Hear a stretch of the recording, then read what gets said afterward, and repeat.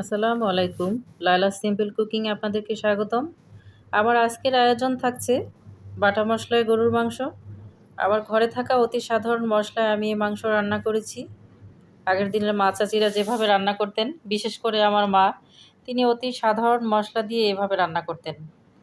কিন্তু খেতে যে কি মজা সেটা আপনাদেরকে বলে বোঝানো যাবে না। আজকে আমি এখানে নিয়ে নিয়েছি সব ধরনের বাটা মশলা, আর এখানে নিয়েছি 2.5 কেজির মতো গরুর মাংস, যেটা আমি রেগুলার কাট করে নিয়েছি। আপনারা দেখতে পাচ্ছেন এখানে ভিজানো মরিচটাকে আমি বেটে নিয়েছি। আপনারা ওইভাবে করবেন। আর এখানে আছে হলুদ বাটা, সরষে বাটা আছে একটু অল্প পরিমাণে, এখানে আছে ধনিয়া বাটা, আর এখানে গরম মশলা আমি বেটে নিয়েছি, যেটা আপনাদেরকে দেখানোর জন্য আমি আস্ত রেখে দিয়েছি যে এই সম পরিমাণে আমি এখানে বেটে নিয়েছি। আপনারা দেখেন, এই যে তেজপাতা নিয়েছি 3টা, এলাচি, লবঙ্গ, গোলমরিচ নিয়ে নিয়েছি অল্প পরিমাণে। তারপরে এখানে আছে জিরা, দারুচিনি, এগুলো আমি সব একসাথে বেটে নিয়েছি। তেজপাতা বাদে সবগুলোই বেটে নিয়েছি। আর এখানে আছে 1 কাপ পরিমাণে পেঁয়াজ আমি থেতো করে নিয়েছি। আর এখানে 1 কাপের মতো রসুন আমি ওটাকেও থেতো করে নিয়েছি। এখানে 2 টেবিল চামচ আদা বাটা আছে, আর আছে লবণ আর তেল। এখন সবগুলো আমি একসাথে মাংসের সাথে নিয়ে মেখে নিব। সব উপকরণগুলো একসাথে দিয়ে ভালো করে এটা মাংসের সাথে মাখবো। মরিচটা আপনারা আপনার পছন্দ মতো নেবেন, কেউ একটু মরিচ বেশি খায়, কম খায়। হলুদ, মরিচ, লবণ, তেল এটার এটার ক্ষেত্রে আপনারা নিজের মতো নিয়ে নেবেন। কেউ একটু কম বেশি খেতে পছন্দ করে, যার যার মতো করে সে নিয়ে নেবেন। আর এখানে এই বাটা মশলাটা আমি নিয়ে নিয়েছি, গরম মশলা যেটা। এখানে আছে একটু ধনিয়া বাটা। সবগুলো আমি এখন মেখে নিব। এখানে 1 কাপ পরিমাণে তেল আছে, আমি পুরোটা দিয়ে দিব।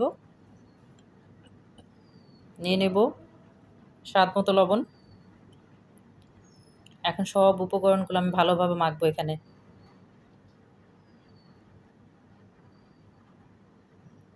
ছোট সময় দেখেছি আমার মা অনেক সময় সব মশলা একবারে মেখে এভাবে, বিশেষ করে কোরবানির সময়, ভালো করে এভাবে মাখিয়ে তারপরে চুলায় দিতেন। বলতেন যে ভালো করে যতক্ষণ বেশি করে মাখবে, এটা টেস্ট নাকি ততই ভালো হয়। এজন্য আমিও এটাকে ভালোভাবে মেখে নিচ্ছি একটু সময় ধরে। এখন আমি এটাকে চুলায় দিয়ে দিয়েছি। এই যে দেখুন, পানি বের হয়েছে এটা থেকে। প্রথমে পানি দেওয়ার কোনো প্রয়োজন নেই, মাখানোর পরে চুলায় দিয়ে দিবেন, পরে দেখবেন আস্তে আস্তে এটা থেকে তেল বের হয়ে আসবে, পানিটা শুকিয়ে যাবে, পরে আপনারা ঝোলটা দিয়ে দিবেন।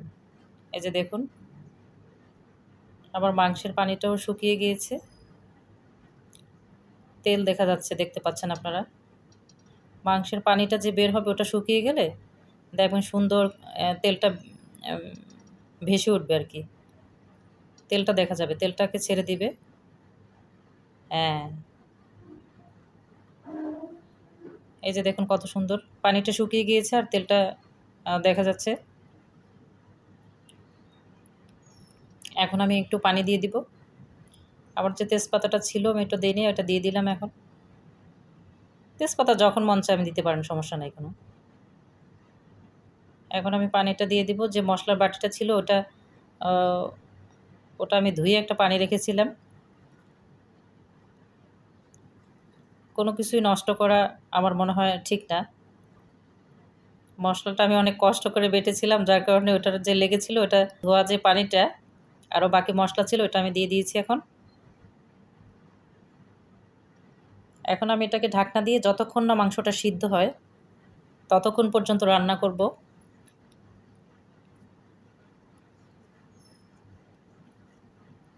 এ পর্যায়ে চুলাটা আমি একটু বাড়িয়ে দিয়েছি।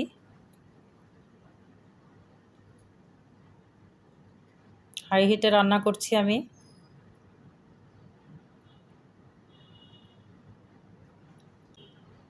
এই যে দেখুন বলক এসেছে। ঢাকনা দিয়ে রাখবেন, ঝোলটা দেওয়ার পরে ঢাকনা দিয়ে একদম ভালোভাবে ঢেকে দিবেন। চুলাটার আঁচটা আমি কমিয়ে দিয়েছি। এখন এই যে দেখুন সিদ্ধ হয়ে গিয়েছে। এই যে দেখুন কত সুন্দর লাগছে দেখতে। আমি একটু মাখা মাখা রাখবো। জিরার গুঁড়ো যেটাকে বলে আর কি, জিরা ভেজে আমি গুঁড়ো করে নিয়েছি, ওটা দিয়ে দিয়েছি। রান্না করার পরে এভাবে চুলায় রাখলে দেখবেন একদম ঘন হয়ে আসছে, মানে একদম শুকানোর কোনো প্রয়োজন নেই। একটু মাখা মাখা রাখবেন, পরে দেখবেন একদম পারফেক্টভাবে হয়ে গিয়েছে। এই যে দেখুন আমারটা দেখতে কত সুন্দর লাগছে। চলুন আমরা এটাকে পরিবেশন করি। এই যে দেখুন দেখতে কতটা সুন্দর লাগছে। আশা করি আপনাদের ভালো লেগেছে। আমার রেসিপিটি যদি আপনাদের ভালো লেগে থাকে তাহলে অবশ্যই আমাকে একটা লাইক দিবেন এবং আমার চ্যানেলটি সাবস্ক্রাইব করে আমার পাশে থাকবেন এবং আপনার বন্ধুদের মাঝে এটি শেয়ার করে দিবেন অবশ্যই, এবং পাশে থাকা বেল বাটনটি ক্লিক করে দিবেন যেন আমার রান্না সবার আগে আপনার কাছে পৌঁছে যায়। আল্লাহ হাফেজ।